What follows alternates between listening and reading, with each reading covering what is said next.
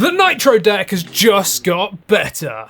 So Cracked have just released a new firmware version for the Cracked NitroDeck. Now, if you've got the crystal editions of this, the like limited edition crystal editions, it will already be installed, so you don't need to like install it, but I'm gonna show you like what it all does anyway. But if you've got any of the other versions like this one, then you are going to need to update that. And to do so, all you need to do is head over to their website, download the firmware updater on Windows only currently, and then plug in your Cracked NitroDeck via the output port just here. And then what you need to do is press the home, Y and X buttons together for about 3 seconds, and then the app on your computer will say, okay, yeah, it's connected, let's update. Update it, make sure you don't disconnect it or anything like that because you might brick it. But yeah, just leave it, let it update, and then you can disconnect it afterwards. So let's just go over what they've changed really quickly. So wired mode button combination has changed because previously people were accidentally like putting it into wired mode when they were playing handheld. So they've changed the button config there. They've also adjusted the trigger points essentially, so you can actually manually change how far you need to press these triggers down for it to actuate. At the minute it's like really quick, so it's like a hair trigger, but if you only want it to actuate once it's fully pressed down, then you can do that now because these are analog triggers. There's also a no dead zone mode on the Hall Effect joysticks now, which you can enable or disable. It also has adjustable vibration, which I'm really happy about because it was way too intense before. I ended up kind of just turning off vibration on, say, Mario Wonder. There's improved 6-axis gyro motion controls now,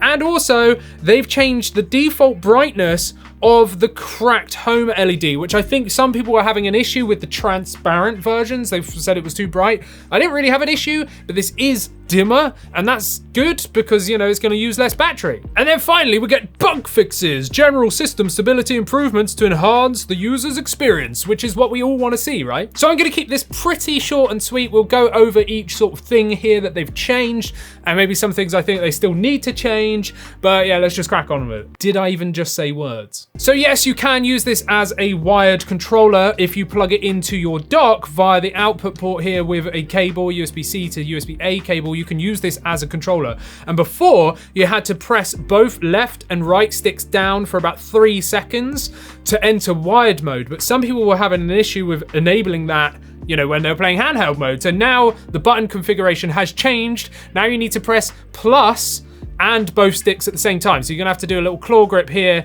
and press them all down for 3 seconds, and then it will go into wired mode. And now there's 5 stages of adjustable rumble on each side because you've got a rumble motor on each side, so you can adjust it on each side.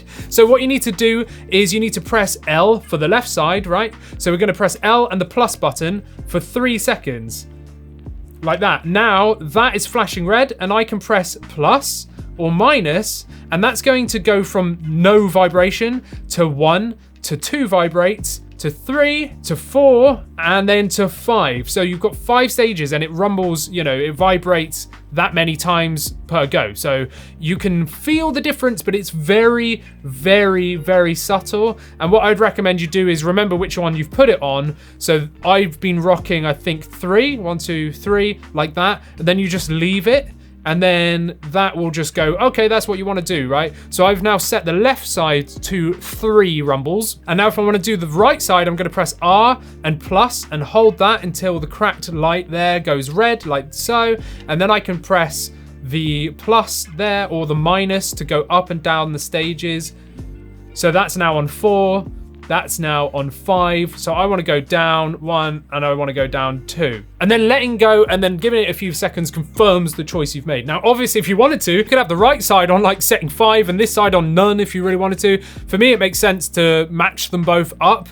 And it's very subtle. You know, it's a very subtle thing. Going from stage 1 to stage 5 is very minor, but there is noticeable difference if you're paying attention. Now, I think it's better to have it lower because it is quite a violent vibrate. Personally, I really wish this had HD rumble. If this had HD rumble, this would be mind-blowing, but it doesn't, so we've got to deal with what we've got. But I am really happy that they've now added an adjustable rumble section, because I know some people were getting frustrated with that, and especially for me when I started Mario Wonder for the first time using this, I was like, whoa, that's way too intense, let's just turn it off. But yes, including the 5 stages of rumble, that is off as well, so you can, via the actual piece of hardware here, just completely turn it off. You don't need to go into the settings of games, you just do what I've showed you there and just keep pressing minus until no rumble happens. And now we do have adjustable triggers. I'm really happy for this. I mean, it doesn't actually bother me at all because I'm just going to leave it on the default, like really quick actuation, right? But I know for some people,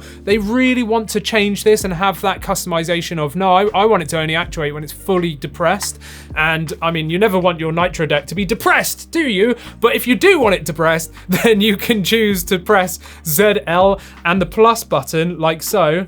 And then after 3 seconds, it will go blue. And then you can use the plus button or the minus button, and you've got 3 stages. So stage 1 is default, stage 2 is like halfway press, stage 3 is you've got to depress it fully for it to actuate. Now, I just prefer it on number 1, right? But you do have those 3 stages, and the device does rumble to tell you, okay, you're on stage 3 right now, you're on stage 2 right now, you're on stage 1 right now. And again, like before, you just leave it for a second, then that little light there will go solid, and that is the choice that you have made. But I'm really glad that they've actually implemented this, because I didn't even think about this when I was doing my full review. I never thought, oh, well, they're analog triggers. Maybe they can change the depths and stuff. But they did. And I'm really happy for the people that are going to utilize that. And now we've got no DeadZone mode. So we do have Hall effect sensing joysticks, which already have a really low DeadZone point. But now we can make it even lower. I said in my review, I didn't even really feel any DeadZone, that it was very minor anyway. But now we can eliminate it entirely. So this is the default, right? So this, I'm in the calibrate control stick section, and it is, as soon as you touch the stick, it's already sensing that you're moving it, essentially. There is a minor dead zone. I'm talking like 0.2%, you know, I'm hardly moving it, and it's already seeing that I'm moving it, but I can feel that there's a tiny little bit of dead zone, but it's you wouldn't even notice it unless you're being like hypercritical. But you can get rid of that now by pressing ZL and the capture button for a few seconds, right? And then this is going to go blue, and it's going to stay blue for 8 seconds and then go back to white. And that is now enabled no DeadZone mode. And now what they recommend that you do is recalibrate the sticks, which I'll show you in a second, but basically you go here in the settings, but now it is seriously no DeadZone mode. Look, I'm like barely even touching that stick, and it's already actuating, you know, like, so you can see that crosshair's disappearing as if I've moved it. It's like flittering, look, because there is seriously 0 DeadZone now. Like, as soon as you touch that stick, the thing goes, yeah, you're doing it. It's just mental. It really is. I didn't know they could make this better, but they have. So awesome. I mean, this is mainly best for first-person shooters and stuff like that, stuff where you need high accuracy and very quick response. But in general, I'm just going to leave no DeadZone mode on because it does remember it as well. I've already been testing this out for a few days. So yeah, there we go. But what you do need to do is go into this screen and then press X to recalibrate the control stick if not working correctly. So you want to press X and say, yes, I want to recalibrate. And then you just want to go and follow the instructions like that, and then left, and then up.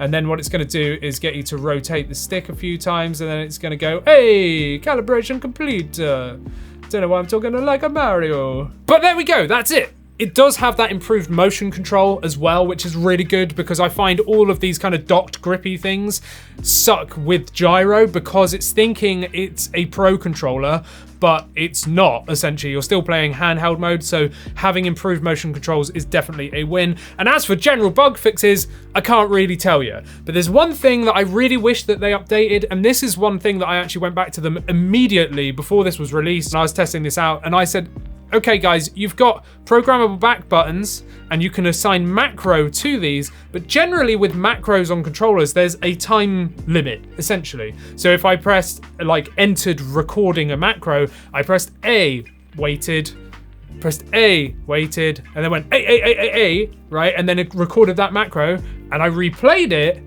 it would go A, right? With this, it doesn't do that. It just spams every input that you've recorded immediately as like one button press. So it will just throw them all out. So if you've got A, X, Y, ZL, whatever, and you were trying to do a timed process because that's what you needed for that game or whatever you're trying to do, well, then you can't use that with this because it's just immediate. It just throws all the buttons down at once, as if you were pressing like all the buttons at once, right? Instead of pressing A, B, L, ZR, it would just go bleh, and there we go, you know? So that's my only gripe, is that the macro playback is just immediate, and that's the only thing I don't like, and I still think that they need to improve in a future firmware. But as of right now, this is brilliant. This is a free upgrade, and again, if you've got the Crystal Editions, you don't need to do this, but I'm very happy that they're listening to the community and they're actually making some changes, because that's what people want, and that is what stuff like Valve are really good at, is listening to what consumers want and then implementing it into their products, essentially. So big props to you, Cracked. Nice one. Love the deck. Love it. So do you have a Nitro deck? Will you be upgrading to this? It's free. Why not? Let me know down in the comments. And whilst you're down here, check out mine and AJ's podcast over here, where we talk about all things gaming, and then check out another video by me down here. And I'll see you in the next one. Thanks for watching. Oh, and Merry Christmas and Happy New Year and all that good stuff.